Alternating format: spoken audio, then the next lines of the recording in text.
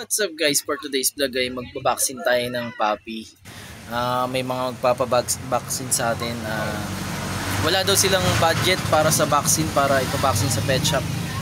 Pero dahil may ano naman tayo, na-attend tayo ng mga seminar, ay tinuturo sa atin kung paano magpabaksin, paano magbaksin ng mga puppy. Okay. Ngayon ay bibili muna tayo ng vaccine, pero bago yan, intro muna tayo boys.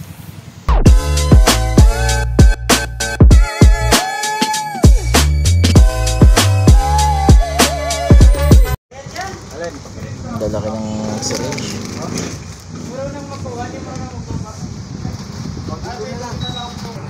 Kailangan nasa malamig yung 5-in-1 na yan. Tatlo yung bibiling ko dahil tatlo yung tuturukan natin ngayon.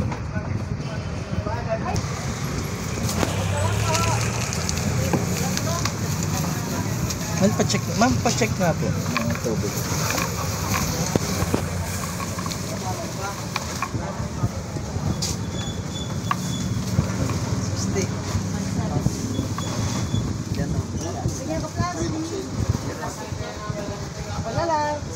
Okay ma'am, thank you. 60. Tulunad.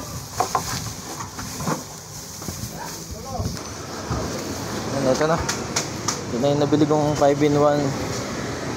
Dahil nag-seminar naman tayo, pwede tayo mag-truck niyan. Ito na nga, dumating na si Hombre at dala niya yung tuta niya, yung puppy. Tuturukan natin siya. Yung puppy ang tuturukan. Hombre! Si Elmer Hombre. Hindi si Francis M, pero si Elmer Hombre. Kailangan mo to. Shout out. Ano? Ha? Dibangin mo na si Princess. Boy.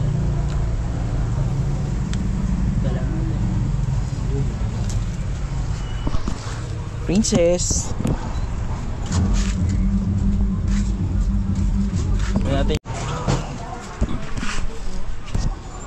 Ito yung pantuturok natin sa kanya. 5-in-1.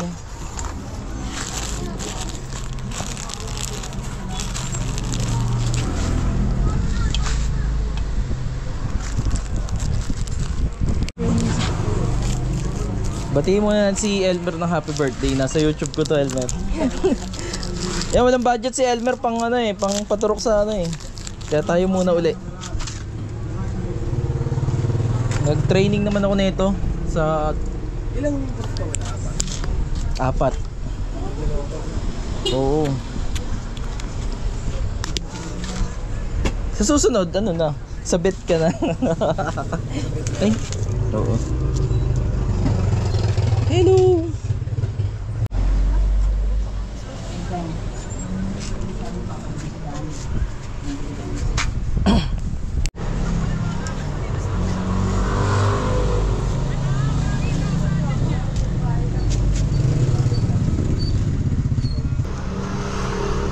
Layo mo sa dibdib mo. Baka biglang kumagat sa'yo.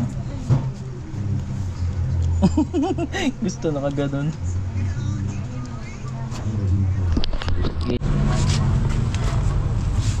Okay na.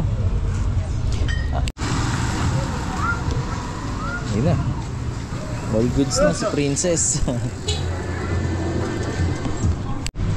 Ito pa, isang magpapaturok sa akin. Si Utol yan. Ba't ka sa akin magpapaturok doon? Walang budget. Walang budget Walang budget. Sige, turokan natin. Buti, nag-seminar ako tol. Okay. Yun, paalala, bago kayo magturok ng tuta, dapat nakapag-seminar kayo. Kasi hindi basta-basta ang pagtuturok.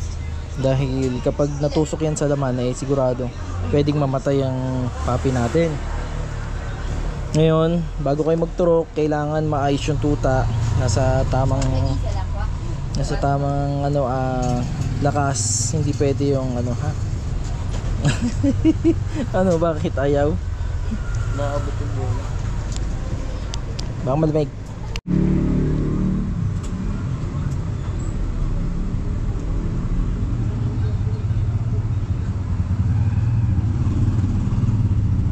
Huwag malikot. Kumalikot. Malapit na. Okay.